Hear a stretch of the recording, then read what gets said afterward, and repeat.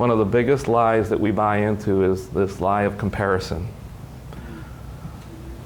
We start comparing our real life to other people's fake lives. Yeah.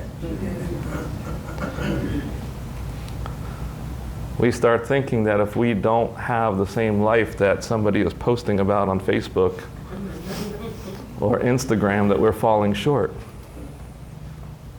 You see, when you're pursuing somebody's fake life, you don't know what's really going on. You don't know what's going on behind closed doors. They only let you know what they want you to know. They're only going to let you see the picture that they want you to see.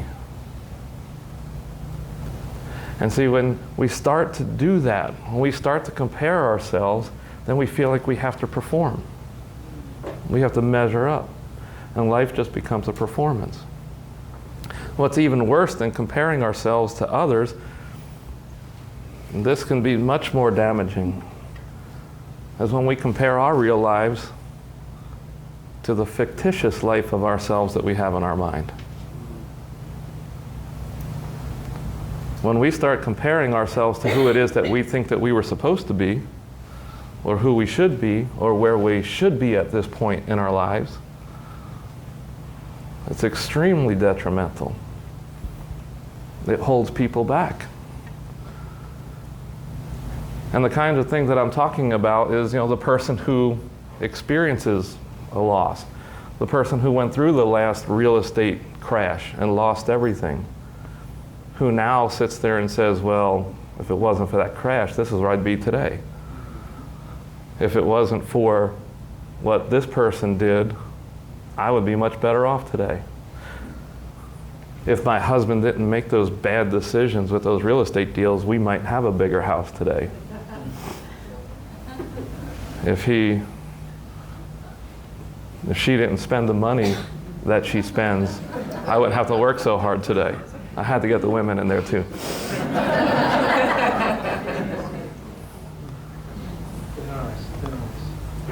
But when we start to do that, we start to feel like an imposter, because we feel like we have to perform. We feel like a fraud when we stand in front of people. That's why I'm nervous here today, because my life isn't all together right now. And so we need to just be authentic and pursue the real person who we're supposed to be, not something fake, not something fictitious.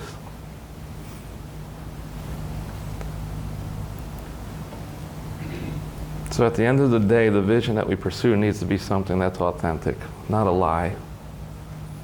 Of course, it's worse than to have no vision at all, but almost equally as bad as having a vision that's not true, that's based off of what we see others doing, based off of what we see around us.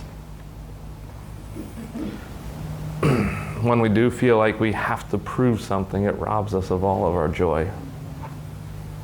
When it's a performance and we're not doing it for the right reasons, there's no fun in it.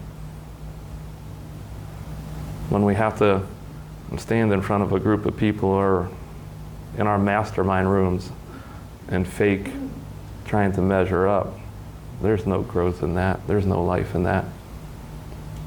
We've got to be real. We've got to be authentic.